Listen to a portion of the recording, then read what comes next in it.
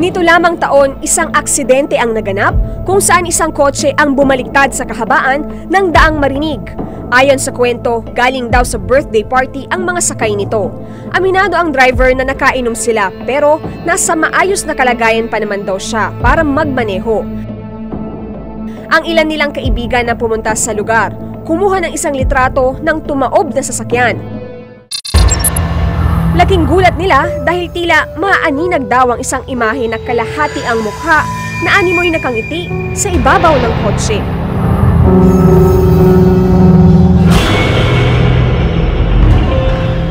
Ipinasuri namin sa isang eksperto ang larawang nakunan sa lugar ng aksidente upang malaman kung isa nga ito sa mga elementong nagpaparamdam sa naturang lugar.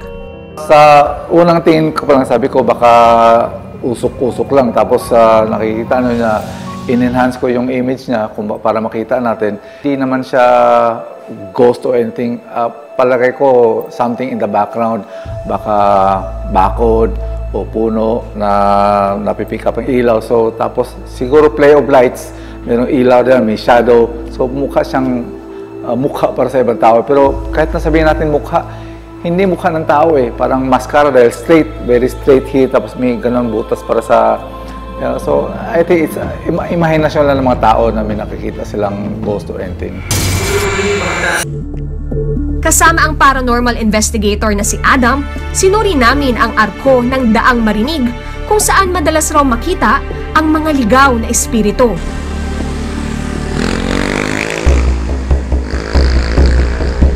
Yun, Chulip, ito. Yun. Yan. Diyan. Yan. Yan. That. Yan. That area. How about readings? Kamusta? Any fluctuations? So, step by step nirule out ko.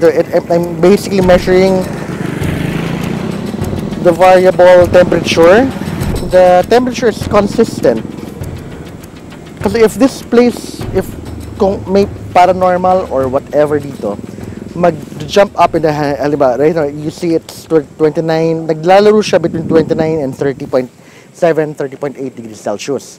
Now, if you're talking about something malevolent which is causing all of the accidents, mag-jump yan. So, pag-scan yan, magiging 21, 39, tapos magiging 24, tapos magiging 35. So, up, down, up, down.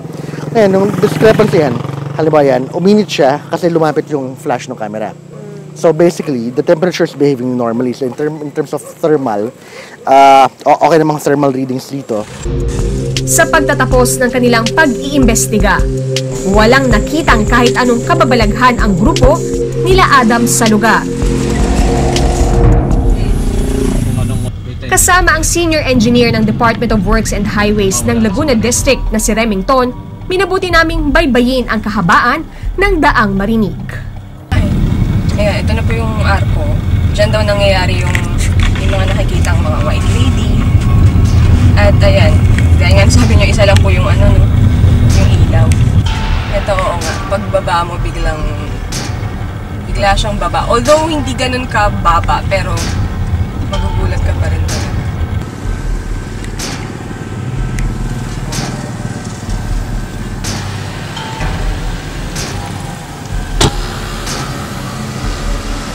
Dahil marami pang motorista nung dumaan kami ni Sir Ton dito sa kalsada, mabagal lang yung pagpapatakbo, kaya kahit medyo nakakagulat yung biglang pagbaba o yung slope ng tulay ay maingat naman tayo na nakatawid. Pero para sa mga mabibilis nga na magpatakbo, maintindihan natin kung bakit magkakaroon ng mga aksidente sa mga insidenteng iyon. Kayo Sir Ton, ano po bang na-observe niyo po nung dumaan tayo dito? Yung ating tulay, marami siyang kulang na safety features such as yung approach niya bago magtulay, then yung mga railings niya, at kung maaari, sana naigit na yung tulay. Dahil sa left side niya, kung mapapansin nyo, is edge of road na agad siya, edge of bridge na agad siya. So, kung mabilis man magpatakbo, may chance na sa left side, pumaling ang sasakyan. Lalo na't hindi rin pantay yung pag-angat niya sa tulay. Sa aming pagbaybay sa daang Marinig, kapansin-pansin ang ilang bahagi nito na madilim dahil sa kakulangan ng ilaw ng poste. And then meron pala nung warning meron Na warning. accident prone siya. Napansin niyo po ba? Hindi kapansin-pansin yung warning niya dahil nasa right side tayo pero ang warning niya is nasa left side na hindi na driver's view. Gaano po ba kalaki dapat ang warning or ano po ba dapat yung mga dimensions niya?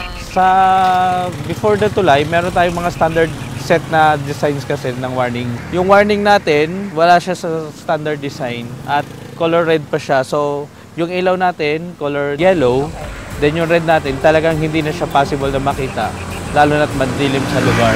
Kulang sa ilaw rin mismo yung ating